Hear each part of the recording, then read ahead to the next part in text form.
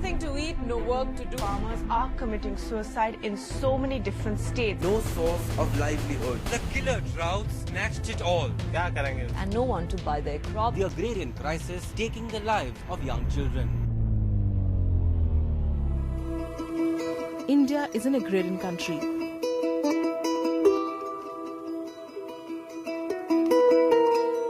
But our farmers live a tough life.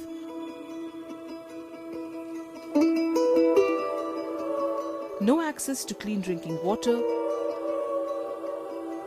no health care, no education.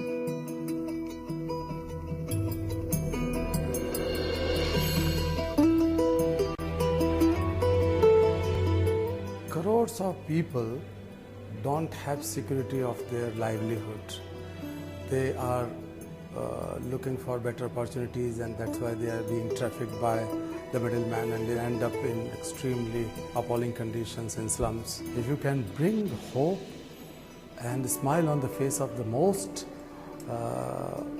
deprived person, the last person of Indian society, then you will be able to confirm that your policies and programs are good for the country. I think gives a powerful message to all corporates how they need to think innovatively, how they need to bring in their own skills which are used in abundance in their businesses, how they need to connect with India, connect with the real India which lives in its villages, and find solutions to these problems. Because ultimately government alone cannot do the transformation of India that we all desire. 20 साल में लगभग 3 लाख किसानों ने आत्महत्या की है। और क्या हम इन सब समस्याओं के बारे में कुछ कर सकते हैं? इसी से जुड़ा हुआ हमारा ये अभियान है कल्टीवेटिंग होप। हमारे साथ अजय पीरामल साहब हैं, चेयरमैन पीरामल ग्रुप के, और अक्षय कुमार जी हैं, फिल्म अभिनेता हैं। पीरामल साहब, राजस्थान के इलाकों में, गाँव में जो आपके ग्रुप का अनुभव है, हम ये जानना चाहते हैं कि वहाँ जाकर जो आप दिल्ली में बैठकर, मुंबई के कॉर्पोरेट हाउस में बैठकर किसानों के बारे में सोच रहे थे, और वहां जाकर जो आपने देखा, उस सोच में क्या बदलाव आया? भारत जितनी भी प्रगति करे, लेकिन तब भी किसानों का जो मैक्सिमम पॉपुलेशन एम्प्लॉयमेंट है वो किसानों के साथ ही रहेगा, चाहे आगे जीडीपी कितनी भी बड़ी हो। और इसीलिए हम लोग गए थे गाँव में और देखे कि काफ़ी हालत खराब है। भारत देश को किसानों के बारे में बहुत सबसे इम्पोर्टेंट, जिसे कहते हैं ना प्रायोरिटी बेस, उस मुद्दे को सबसे आगे लाना चाहिए और इसके बारे में सोचना चाहिए, क्योंकि अगर ये सही रहेगा तो देश सही रहेगा। उनको तो सुबह की रोटी का मालूम नहीं, शाम की रोटी का मालूम नहीं, पीने के पानी का मालूम नहीं है, चाहे तो कहां जाए। एक दिन मैं ऐसे ही टीवी देखते हुए बैठा था, तो जिन्होंने आत्महत्या की थी उनके घर वालों थे, उनका इंटरव्यू चल रहा था। माता पिता, बीवी, बच्चे, किसी के चेहरे पे कोई एक्सप्रेशन ही नहीं थे, बिल्कुल बूझे हुए।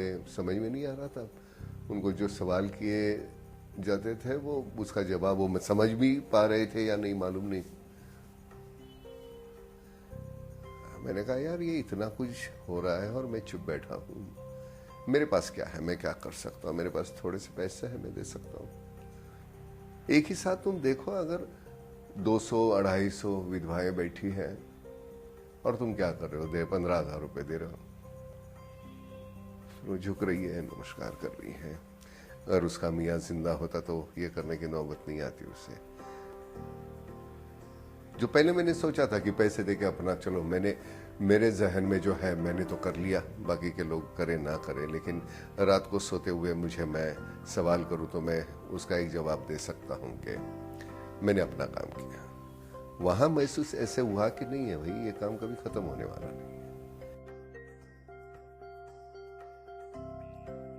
हमको एक दूसरे की जरूरत है, ये हमको भूलना नहीं चाहिए।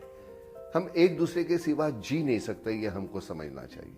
NDTV had reported in September 2015 about how Vinoda and Naveen had lost both parents due to drought and agricultural distress. Their grandmother was fighting an everyday battle to prevent them from becoming child labor.